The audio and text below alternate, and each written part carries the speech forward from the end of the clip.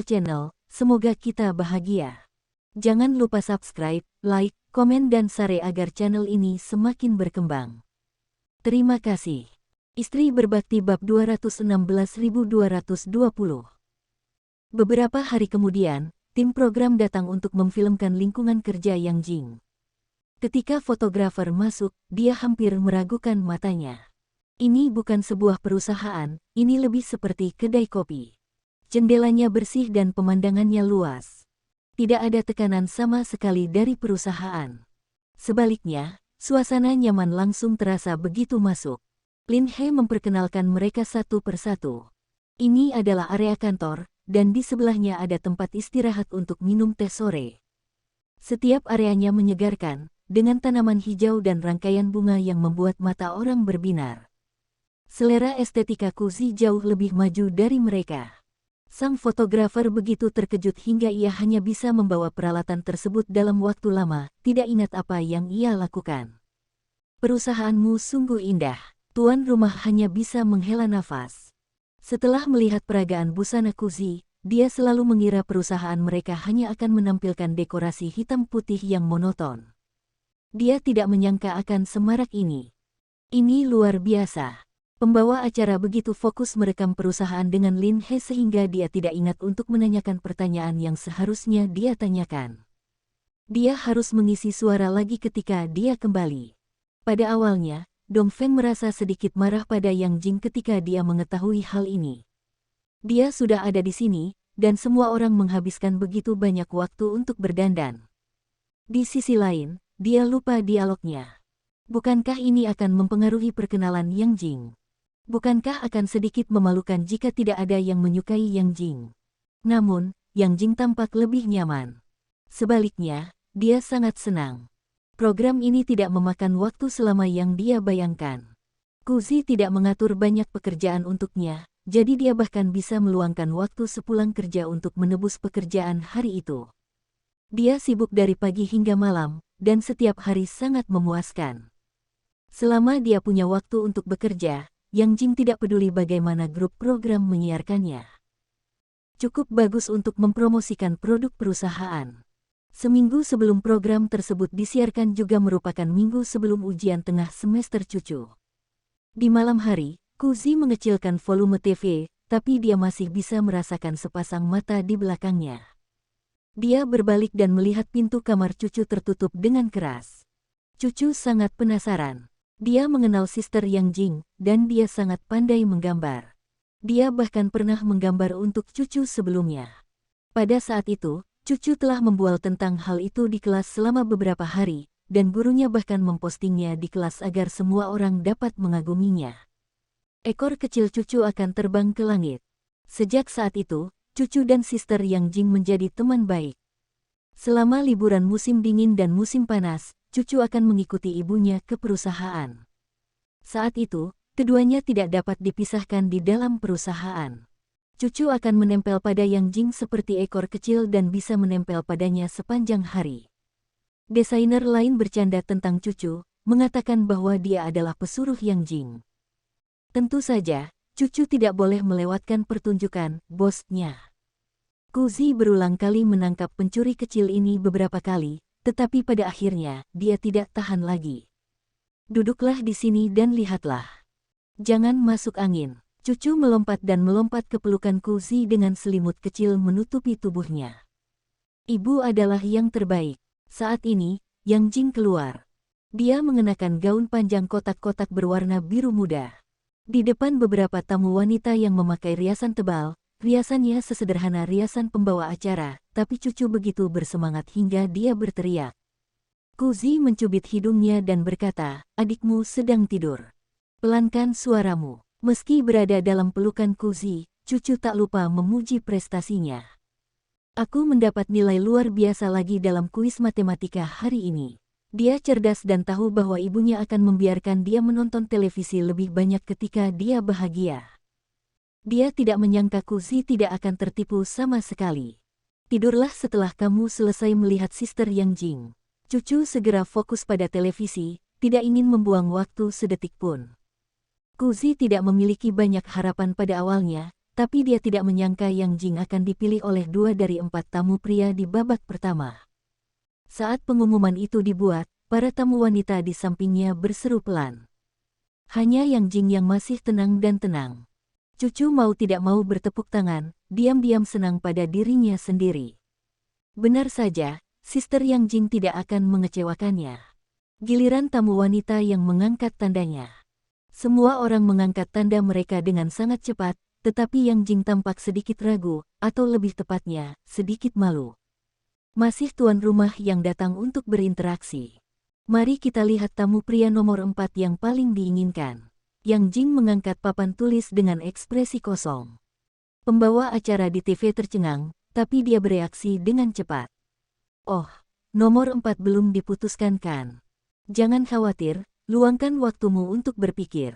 Deng Song, yang berada di sampingnya, mengingatkan dengan suara rendah, tulis saja sesuatu. Kamera tidak bisa melihatnya, tapi Kuzi bisa melihatnya sekilas. Dia melihat Deng Dong menari dan meneriaki Yang Jing dan merasa itu lucu. Yang Jing dengan patuh menulis angka 3 di papan tulis. Sekarang, dia dan orang nomor 3 sedang memilih satu sama lain. Semua orang masih penasaran dengan gadis yang berpakaian santai dan riang ini. Selain mengetahui bahwa dia adalah seorang desainer di sebuah perusahaan hadiah populer, mereka tidak tahu seperti apa kepribadiannya. Nomor 3 adalah kandidat yang cukup bagus. Dia juga cukup tampan dan seorang seniman. Dia bahkan tidak melihat tamu wanita pertama. Sebaliknya, dia memusatkan seluruh perhatiannya pada Yang Jing. Melihat Yang Jing memilihnya, matanya bersinar dan telinganya merah. Cucu asyik menonton pertunjukan itu tetapi dengan lembut didorong oleh Kuzi. Sudah waktunya. Tidak banyak yang bisa dilihat selanjutnya. Kamu masih harus sekolah besok. Benar-benar tidak ada apapun yang bisa dilihat. Selanjutnya, setiap orang harus memilih alasannya sendiri. Butuh waktu lama sebelum mereka bisa melihat Sister Yang Jing. Terlebih lagi, ibunya baru saja memberitahunya bahwa pilihan saudari Yang Jing sepenuhnya karena Bibi Deng Dong. Tidak ada alasan untuk itu. Cucu menggosok matanya saat dia berjalan menuju kamar tidur, merasa bingung. Mengapa dia masih tampil di variety show padahal dia jelas tidak bisa membuat keputusan sendiri. Dia selalu berpikir variety show tidak seperti akting, di mana ada naskah dan rutinitas, dan akting sepenuhnya bergantung pada para tamu. Ia tidak menyangka variety show sama dengan akting dengan naskah, di mana mereka harus mengikuti perintah. Cucu sedikit kecewa, tapi dia tetap sangat senang. Dia melihat bosnya dengan matanya sendiri di TV. Dia akan memberitahu Chen En tentang hal ini di sekolah besok. Chen En akan sangat iri. Keesokan paginya, cucu dibangunkan oleh suara telepon. Samar-samar dia mendengar ibunya berbicara di telepon di ruang tamu. Meskipun suaranya sangat lembut, semua orang tertidur di pagi hari, jadi hanya ada sedikit suara dan terdengar sangat jernih. Apakah Anda tidak akan menjadi distributor lagi, Nyonya Chen? Suara Kumyao terdengar sangat serius. Cucu tidak bisa mendengar apa yang mereka katakan selanjutnya. Samar-samar dia mendengar ibunya mengucapkan kata, kembali ke kampung halaman, dan merasa sedikit aneh. Jika ibu Chen En ingin pulang, apakah itu berarti Chen En juga akan pulang? Cucu memikirkannya dengan hati-hati dan merasa itu tidak mungkin. Ibu Chen En mungkin ada urusan di rumah. Anak-anak tidak boleh mencampuri urusan orang dewasa. Sama seperti ibunya yang pergi bekerja dan terkadang melakukan perjalanan bisnis, dia tidak akan mengganggu cucu dari sekolah. Selain itu, Chen En tidak bisa menyembunyikan apapun dari cucu. Jika dia kembali ke kampung halamannya, cucu pasti orang pertama yang mengetahuinya. Memikirkan hal ini, cucu dipenuhi dengan antisipasi. Betapa terkejutnya Chen En ketika dia mendengar bahwa Sister Yang Jing tampil di variety show. Cucu tidak bisa menahan tawa ketika dia membayangkan Chen En menatapnya dengan mulut terbuka lebar dan mata terbelalak. Pada akhirnya, cucu tidak melihat Chen En di sekolah. Setelah kelas pagi, Chen En membawa ranselnya dan berjalan ke kelas dengan lesu. Cucu melihat kulitnya sedikit pucat dan mengira dia sakit. Dia menusuknya dengan ujung penanya. Chen En, apakah kamu merasa tidak enak badan? Tanpa diduga, Chen En berbalik dan menatap cucu dengan air mata berlinang. Cucu, kita mungkin tidak bisa bertemu untuk waktu yang lama. Kepala kecil cucu belum sadar. Apakah kamu akan melakukan perjalanan? Apa yang perlu ditangisi? Saya akan kembali ke Taipei, kampung halaman saya, seru Chen En begitu keras hingga dia kehabisan napas dan air mata terus berjatuhan. Cucu segera menyerahkan sapu tangan padanya. Cucu pernah mendengar tentang kampung halaman Chen En. Chen En mengatakan mereka datang dari tempat yang jauh, dan itu akan memakan waktu lama bahkan dengan pesawat. Memikirkan hal ini, dia merasa sedikit kecewa. Sahabatnya hendak pulang, tapi cucu tidak bisa menangis. Jika dia melakukannya, Chen En akan lebih sedih lagi. Bagaimana dengan ujian tengah semester? Dia tidak mungkin tidak mengikuti tes itu, bukan? Mereka masih punya cukup waktu untuk mengucapkan selamat tinggal. Chen En menyeka air matanya. Matanya semerah mata kelinci, dan suaranya bergetar karena kegembiraan. Penerbangan kami sore ini, cucu tidak tahan lagi. Dia memeluk Chen En dan mulai menangis. Kami seharusnya bermain video game bersama. Chen En baru saja membeli konsol game baru, dan dia mengundang cucu untuk bermain setiap hari. Tentu saja, cucu juga tergoda, tetapi ujiannya sudah dekat, dan ibunya tidak mengizinkannya pergi ke rumah Chen En untuk bermain game. Chen En menasihatinya untuk bersenang-senang dengannya setelah ujian tengah semester. Sekarang dia tiba-tiba akan pergi, semua rencananya telah hancur. Sepulang sekolah, ketika Kuzi datang menjemput cucu, mata cucu memerah karena menangis. Dia tidak makan malam-malam itu dan menangis sendirian di kamarnya. Kuzi tahu betul bahwa inilah yang dibicarakan oleh Nyonya Chen pagi ini. Mereka akan kembali ke Taipei, dan keadaannya darurat. Ini adalah keputusan ayah Chen En, kata Ni Chen. Dia tidak punya hak untuk berbicara sama sekali, dan nadanya begitu santai seolah dia sudah terbiasa dengan keputusan yang tiba-tiba dan sepihak. Kuzi, sebaliknya, merasa sedikit menyesal. Dia masih ingat binar mata Nyonya Chen ketika mereka berdiskusi tentang distributor Taiwan. Kuzi tahu bahwa Nyonya Chen bukanlah tipe orang yang akan menganggap kariernya sebagai permainan anak-anak, dan dia dapat memahami betapa tidak berdayanya Nyonya Chen ketika dia melepaskan kariernya kali ini. Namun, dia tidak bisa berbuat apa-apa selain menghormati keputusan Nyonya Chen. Keduanya berbicara lama sekali. Mereka berbincang tentang galeri seni yang akan ditinggalkan, dan rencana mereka ke Taiwan, dan akhirnya mereka kembali berjilbab. Saat ini, suara Nyonya Chen sedikit tercekat. Presidenku, saya sangat menyukai dan sangat menghargai Jiale. Saya harap kalian dapat melakukan yang lebih baik dan lebih baik lagi sampai saya dapat melihat merek Jiale di Taiwan. Jangan katakan itu, Kuzi menghiburnya. Kami masih bisa membuat apapun yang kamu inginkan. Kami hanya akan mengirimkannya kepada Anda ketika waktunya tiba. Namun pada era ini belum ada pesan multimedia, sehingga efek komunikasinya pasti tidak sejelas komunikasi tatap muka. Senyum Nyonya Chen kering. Setelah hening lama, dia akhirnya bertanya dengan ragu, Presidenku, apakah Anda bersedia menunggu saya sebentar? Tentang distributor, saat dia berbicara, dia kehilangan kepercayaan dirinya. Berapa lama dia harus menunggu? Dia tidak tahu. Keputusan kapan mereka akan kembali masih di tangan suaminya. Haruskah dia terbang pulang sendiri atau bersama seluruh keluarganya? Hal-hal ini belum diputuskan. Dia hanya tahu ada masalah dengan perusahaan suaminya. Dia tidak tahu apakah itu masalah besar atau masalah kecil. Dia seperti benda kecil di tangan suaminya. Dia tidak bisa mengendalikan apapun dan hanya bisa mengikuti suaminya dengan setengah pengertian. Kuzi mendengar Nyonya Chen menghela nafas di ujung telepon, dan dia merasa kesal. Namun, ketika dia memikirkannya dengan hati-hati, dia merasa permintaan ini tidak terlalu berlebihan. Sebenarnya distributornya tidak terlalu mendesak. Meskipun bisnis perusahaannya bagus, namun belum begitu matang. Masih perlu lebih banyak waktu untuk memolesnya. Faktanya, dibandingkan keuntungan distributor, Kuzi lebih bersedia membuat Nyonya Chen merasa lebih baik. Mereka sudah saling kenal sejak lama dan bisa dianggap teman lama dan pelanggan lama. Mereka tidak akan terlalu perhitungan dengan jumlah uang yang sedikit. Tentu saja, aku bisa menunggumu, Kuzi menyetujui. Benar-benar, suara Nyonya Chen bergetar. Terima kasih banyak. Setelah kita selesai dengan hal-hal ini, saya akan kembali ke daratan dan kita akan membicarakan tentang distributornya. Kuzi tahu bahwa Nyonya Chen akan pergi, tetapi dia tidak menyangka mereka akan pergi secepat itu. Baru ketika cucu kembali, dia mengetahui bahwa Nyonya Chen telah pergi pada sore hari dan bahkan tidak menunggu Chen En selesai sekolah. Semua orang masih berada di kelas ketika Chen En pergi. Pada akhirnya, cucu dan Chen En hanya bertukar pandang melalui jendela sebelum Chen En dibawa pergi oleh ibunya. Kedua sahabat baik itu bahkan tidak mengucapkan selamat tinggal dengan pantas, itulah sebabnya cucu sangat sedih.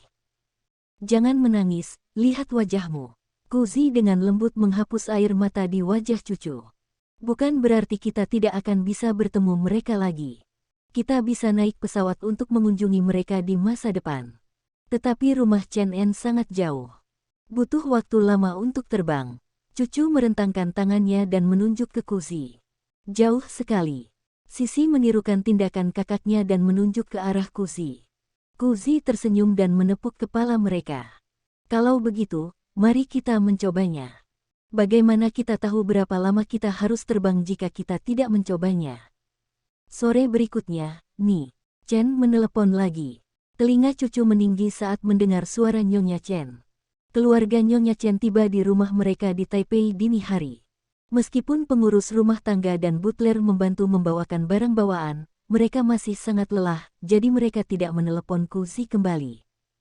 Namun, Nyonya Chen tetap tidak meninggalkan galeri. Dia merasa dia pergi dengan tergesa-gesa. Ia belum merapikan galeri dan belum memberitahu teman-temannya yang sering ke galeri. Dia tahu teman-temannya akan tetap mengunjungi galerinya, jadi dia tidak tega menutup galeri berharganya begitu saja. Presidenku, saya ingin memberi Anda galeri ini. Apakah itu tidak apa-apa? Ini tidak akan terlalu merepotkan, dan tidak akan menyita banyak waktu Anda. Apa menurutmu tidak apa-apa? Nyonya Chen dan Kuzi mendiskusikan hal ini. Kuzi memperhatikan bahwa nada suara Nyonya Chen masih sangat lembut, dan sepertinya tidak ada masalah besar di pihaknya, jadi dia langsung setuju. Kuzi tidak menyangka akan menerima hadiah dari Nyonya Chen dari Taiwan dalam waktu yang lama. Ada beberapa makanan khas setempat, kosmetik, dan lain sebagainya. Sejak mereka kembali, mereka dapat mengirim beberapa barang yang tidak dapat dibeli di daratan ke Kuzi. Kuzi tahu dia merasa menyesal, tapi dia tidak mengungkapkannya dan sering memberinya daun teh sebagai balasannya. Keduanya berada di dua tempat berbeda, namun hubungan mereka bahkan lebih baik dibandingkan saat mereka bersama. Terkadang, Chen En juga menelepon kembali untuk mencari cucu. Chen En berkata menurutnya sekolah baru itu tidak sebaik sekolah dasar di kota Jiang, tapi tidak seburuk itu. Dia belum mendapat teman baru, jadi dia sangat merindukan cucu. Cucu juga sangat merindukan Chen En. Saat ibunya mengirimkan teh bunga kepadanya, dia juga memasukkan beberapa makanan ringan favoritnya ke dalamnya. Semuanya untuk Chen En. Dia hanya berharap liburan musim panas akan segera dimulai sehingga dia bisa terbang ke Taiwan untuk mengunjungi Chen En. Inilah yang dijanjikan ibunya padanya. Terkadang, cucu dan Chen En berbicara tentang Sister Yang Jing. Keduanya telah menonton program ini dan memiliki banyak topik untuk dibicarakan. Tapi Sister Yang Jing terlihat sangat kedinginan. Chen En merasa itu agak sulit dipercaya. Bos, cucu sebenarnya seorang introvert. Cucu juga merasa aneh. Meskipun saudari Yang Jing bukan seorang ekstrovert, dia juga tidak sedingin itu. Apakah karena dia terlalu gugup untuk tampil di acara itu? Tamu wanita lainnya kurang lebih bertingkah lucu dan lucu. Tamu wanita pertama selalu suka mencubit tenggorokannya saat berbicara, dan dia suka menyindir saat menilai orang lain. Chen En tidak menyukainya, tapi itu bisa dimengerti. Bagaimanapun, semua orang ingin menonjol di depan orang yang mereka sukai. Ini bukanlah sebuah kesalahan besar. Dua tamu wanita lainnya juga sangat antusias dengan tamu pria favoritnya. Mereka menelepon larut malam dan berjalan-jalan. Bahkan anak-anak pun tahu bahwa mereka sedang jatuh cinta. Yang Jing adalah satu-satunya yang tetap diam dari awal sampai akhir. Dia akan melakukan apapun yang diminta oleh tamu pria itu. Dia tidak mengambil langkah mendekat, juga tidak mundur. Sisa waktunya, Yang Jing akan menyimpan rancangan desain dan gambarnya. Dia sepertinya tidak mengambil inisiatif sama sekali, tapi dia juga sangat sopan. Sangat nyaman bagi orang lain untuk bergaul dengannya. Dia tidak memperjuangkannya, dan dibandingkan dengan tamu wanita lainnya, dia seperti arus yang jernih. Bahkan Yang Jing sendiri tidak menyangka masih akan ada dua tamu pria yang sangat menyukainya meski sudah dalam keadaan seperti ini. Salah satunya adalah nomor 3, dan yang lainnya adalah nomor 1. Tamu pria pertama juga disukai semua orang. Dia tampan dan memiliki aura yang luar biasa. Apa yang harus saya lakukan? Apa yang harus saya lakukan? Ini adalah pertanyaan yang paling banyak ditanyakan Yang Jing setelah syuting berakhir. Dia tidak bermaksud menjadi pusat perhatian tetapi tidak berharap ketidakpeduliannya yang disengaja akan membuatnya semakin populer. Desainer lain juga berusaha membantunya. Jika kamu benar-benar tidak bisa melakukannya, jujur saja dan katakan kamu tidak punya rencana untuk berkencan. Yang Jing memiringkan kepalanya dengan lemah. Lalu kenapa aku datang ke variety show ini? Itu tidak masuk akal. Setelah dipikir-pikir, sepertinya berpura-pura bersikap dingin adalah cara terbaik untuk mematikan semangat orang lain. Di malam hari, Kuzi duduk di depan TV dan menonton A Date with a Beauty karena kebiasaan. Meskipun strategi Yang Jing adalah tidak mengambil inisiatif dan tidak demam panggung, tampaknya dialah yang paling disukai saat ini. Beberapa tamu pria telah mengutarakan pemikirannya kepadanya, namun dia tidak bersedia membicarakannya. Hatinya tidak tertuju pada kencan buta itu. Orang-orang selalu mengatakan bahwa yang tidak dapat dicapai selalu yang terbaik dan Yang Jing adalah orang yang tidak dapat dicapai. Awalnya, Kuzi ingin dia lebih terbuka, setidaknya agar orang lain tidak tahu bahwa dia ada di sini untuk beriklan. Pada akhirnya, rasa kesopanannya membuatnya semakin menarik. Saat ini, tamu pria nomor 1 dan 3 sepertinya sedang berputar-putar di sekelilingnya. Kuzi melihatnya dan merasa ini tidak buruk. Bagaimanapun, dia telah melakukan yang terbaik untuk tidak mengganggu perkembangan pertunjukan. Pada saat yang sama, dia juga berpikir untuk menaikkan gaji Yang Jing. Bagaimanapun, pekerjaan ini adalah prioritas Yang Jing. Saat dia tampil di acara itu, Xiao Baru Jiale selalu bersamanya. Dia memiliki pola baru setiap hari, dan dia terlihat sangat cantik. Orang lain memiliki penata rias sendiri yang ditugaskan oleh kelompok program, dan pakaian Yang Jing semuanya dipilih oleh Deng Dong. Deng Dong bahkan secara pribadi membantu Yang Jing memotong rambutnya. Di masa lalu, Yang Jing tidak terlalu peduli dengan rambut panjangnya dan datang bekerja dengan kepala berbulu halus. Meski berantakan, dia terlihat sangat manis. Deng Dong merapikan rambutnya yang berantakan dengan jepit lurus, lalu memotongnya sedikit lebih pendek dan mengeriting ujung rambutnya menjadi gulungan kecil agar terlihat lebih kebarat-baratan. Deng Dong mendorongnya ke karyawan lain, dan mereka hampir tidak mengenali Yang Jing.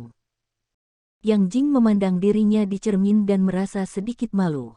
Saya biasanya tidak berdandan. Jika saya tahu, saya akan meminta desainer Deng membantu saya berdandan. Setiap kali program tersebut disiarkan, telepon perusahaan akan berdering tanpa henti, dan orang-orang akan meminta syal sutra baru. Ini luar biasa. Yang Jing telah menjadi iklan fisik perusahaan. Pertunjukan minggu ini lebih menyenangkan untuk ditonton, terutama karena tamu kedua pria dan tamu wanita kedua sudah dengan jelas mengungkapkan perasaan mereka satu sama lain di acara minggu sebelumnya. Pasangan ini bisa dikatakan pasangan yang serasi.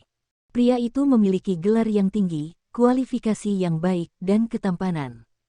Wanita itu lembut, berbudi luhur, dan cantik.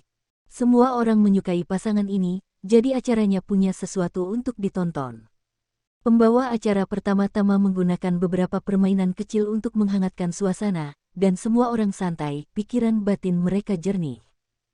Tamu laki-laki kedua dan tamu perempuan kedua saling berpandangan tanpa berkata-kata, namun wajah mereka memerah. Pembawa acara berpura-pura menjadi misterius dan mengangkat mikrofon di depan tamu pria nomor 2. Mengapa tamu laki-laki nomor 2 memandang tamu perempuan nomor 2? Apakah ada yang ingin Anda katakan? Faktanya, semua orang tahu di dalam hati bahwa mata mereka hampir seperti mimpi. Wajah tamu laki-laki kedua memerah sampai ke telinganya. Tamu wanita nomor 2, dia sangat cantik, kamera menyorot ke arah penonton di samping, dan semua orang sudah terkagum-kagum. Dengan suasana panggung ini, pembawa acara memberikan mikrofon kepada tamu pria nomor 3. Tamu laki-laki nomor 3 kita selalu menatap tamu perempuan nomor 4. Apakah alasannya sama? Sejak awal pertunjukan, tamu pria nomor 3 memusatkan perhatian pada Yang Jing. Kuzi juga memperhatikan hal ini. Tatapan penuh gairah dan berani seperti itu persis seperti ekspresi Liang Wen saat mereka sedang dalam masa bulan madu. Kuzi tiba-tiba teringat Yang Jing menerima bunga segar setiap pagi di mejanya baru-baru ini.